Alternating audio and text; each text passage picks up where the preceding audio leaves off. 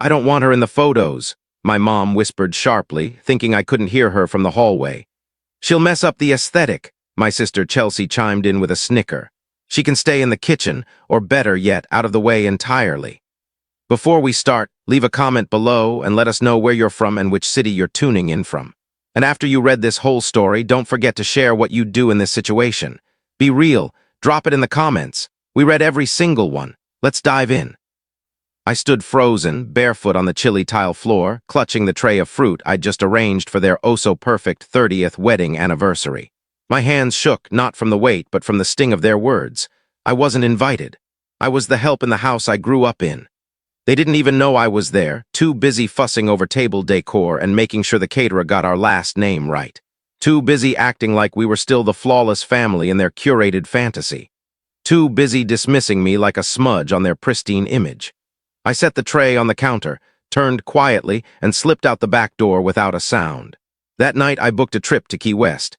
First-class, oceanfront suite, all-inclusive. Paid for with money they didn't know I had. I didn't leave a note, just powered off my phone. Day one of their party, I posted a picture. Me in a flowing white silk dress, standing on a yacht, wine glass in hand. Caption, out of sight, sure I'll stay out of the country. It took 17 minutes for my cousin Andrea to text me. OMG, you're really not coming. Your mom's losing it. I sipped my wine and replied, didn't get an invite, remember?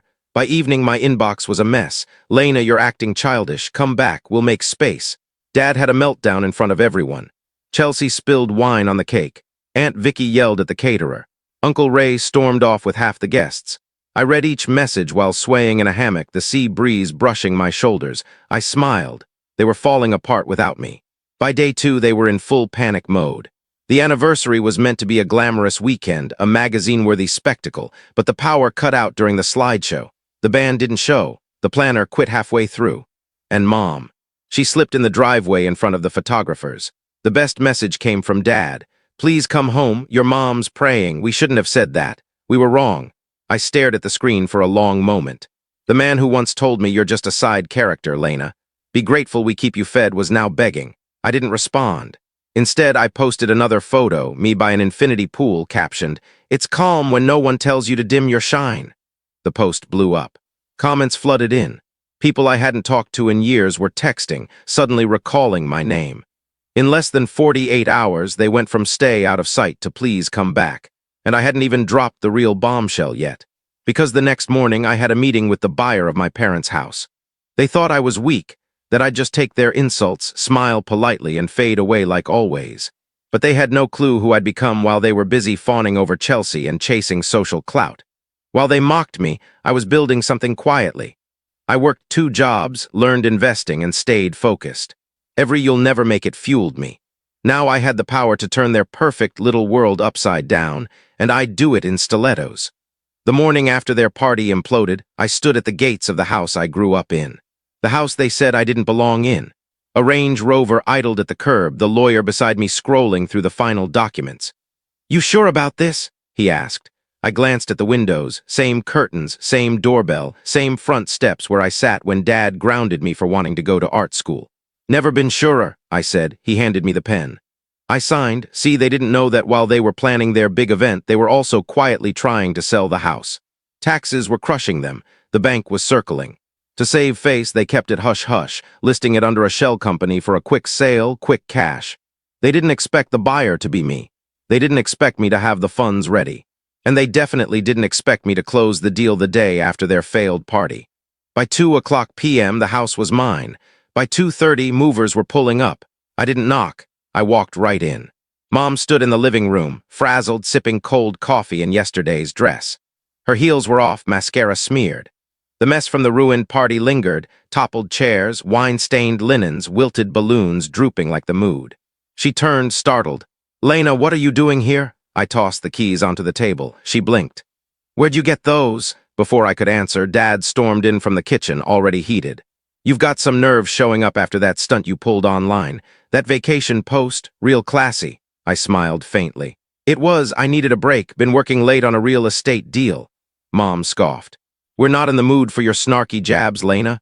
"Good," I said, "because this isn't snarky, it's direct." I pulled a folder from my bag and set it on the table. Dad frowned, flipping it open. His face went pale. "What is this?" Chelsea walked in, glued to her phone, then froze when she saw me. "Oh, great, look who decided to grace us with her presence." "I never left," I said. "I just leveled up."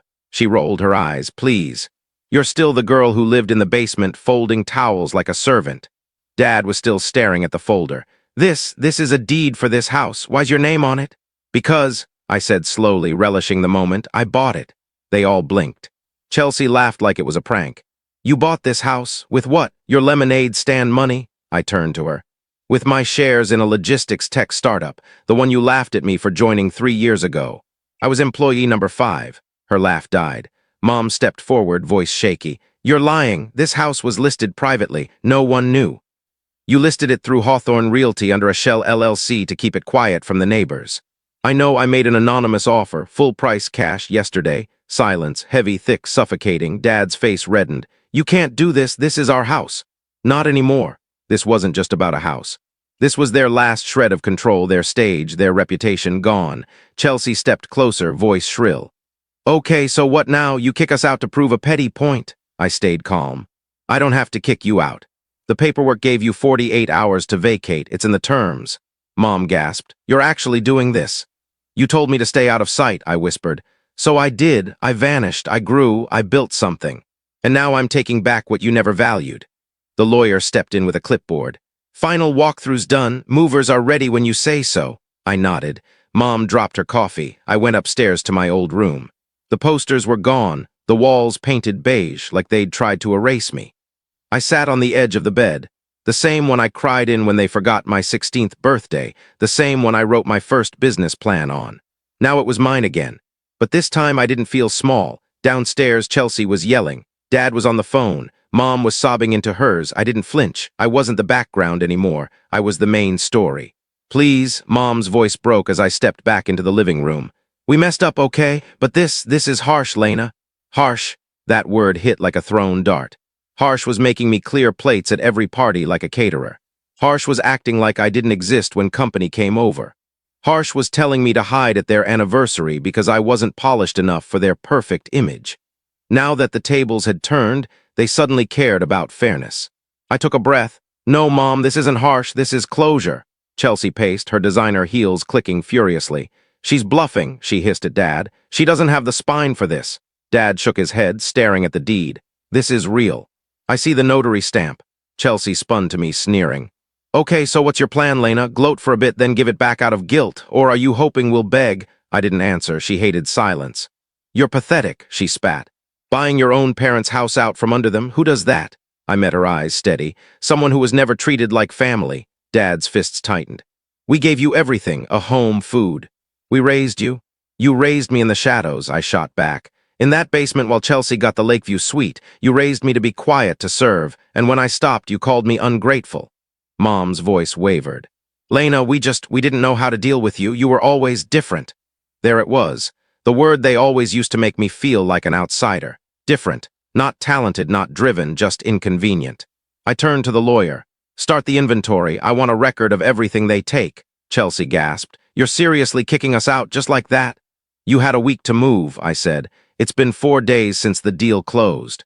"I'm being generous." She looked at Dad. "Do something." He glared at me, but I saw the truth in his eyes. He couldn't stop this, not legally, not financially. They'd spent years acting like I was nothing. Now I'd built everything while they mocked me. And they had nowhere to go. The movers arrived by 3:00 p.m. in neutral uniforms, efficient, quiet. One, a young guy with sandy hair, paused in the foyer, glancing between the boxes and the tense silence. "Where do we start?" I nodded toward the dining room. "That table, they said it's an antique. See if it fits in the truck." Chelsea flinched like I'd slapped her. "That's my table," she snapped. "It was Mom's wedding gift." The mover looked at me. I shrugged. "It belongs to the house now. Deed doesn't list exceptions." Dad muttered, "Unbelievable." I stepped outside for air. The sun was setting, casting golden streaks across the lawn.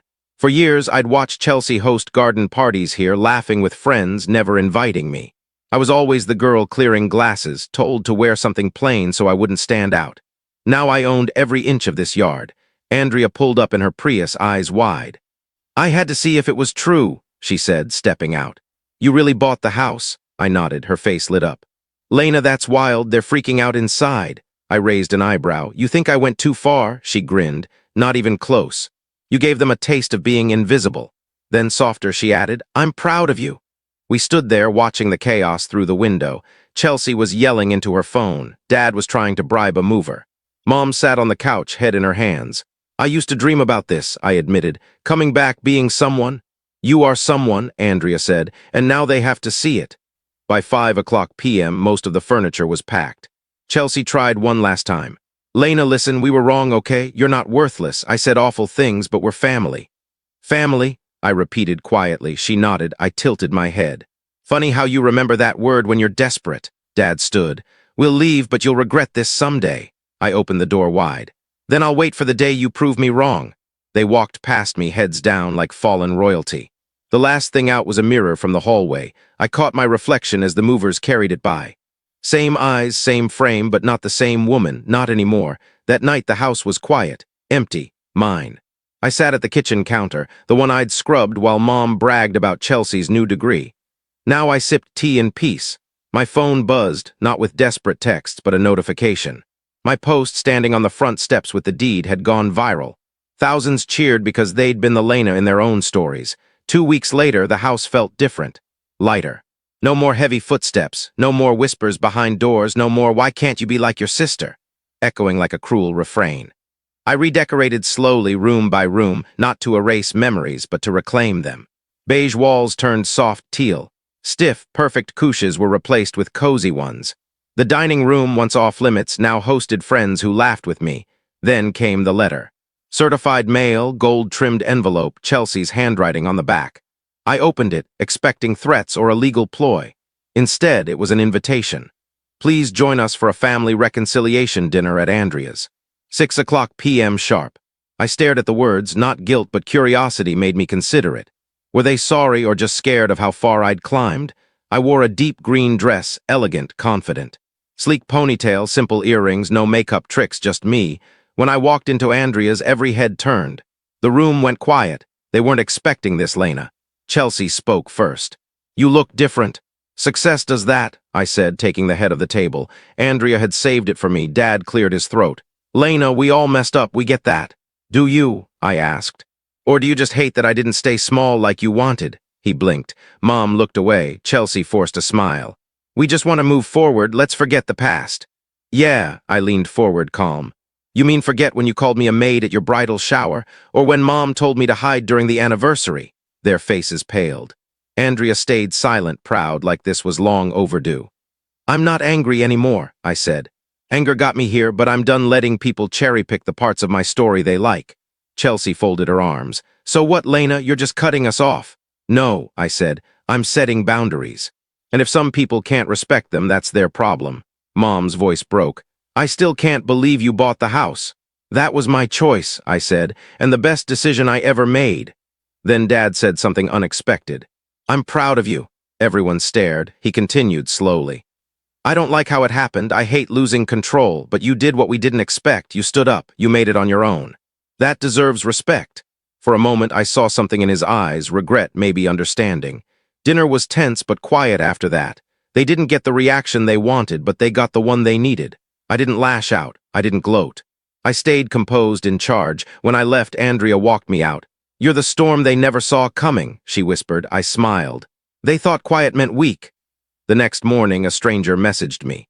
I saw your story on TikTok, the one about buying your parents' house. It meant everything to me. Thank you for showing women like us we can take back what they tried to steal. Hundreds of messages like that poured in. Strangers, survivors, daughters, black sheep, punchlines, outcasts, people told to shrink. Now they were learning to stand tall because of me. Weeks later, I hosted my own dinner. Not a showy party, just a gathering of people who saw me. Andrea, my old college roommate, the startup founder I worked with, my assistant, a few neighbors who'd helped me settle in. We sat around the reclaimed oak table. Yes, that table. We laughed, shared stories, passed wine and dessert and joy. I realized I didn't need their approval anymore. I'd approved of myself. My phone rang later. Chelsea again. I didn't answer, not out of spite, but because I didn't need to justify my worth to people who never saw it. I stood by the window, the neighborhood lights sparkling beyond the garden. Same view, different woman. The girl they told to stay out of sight didn't just return. She returned owning everything.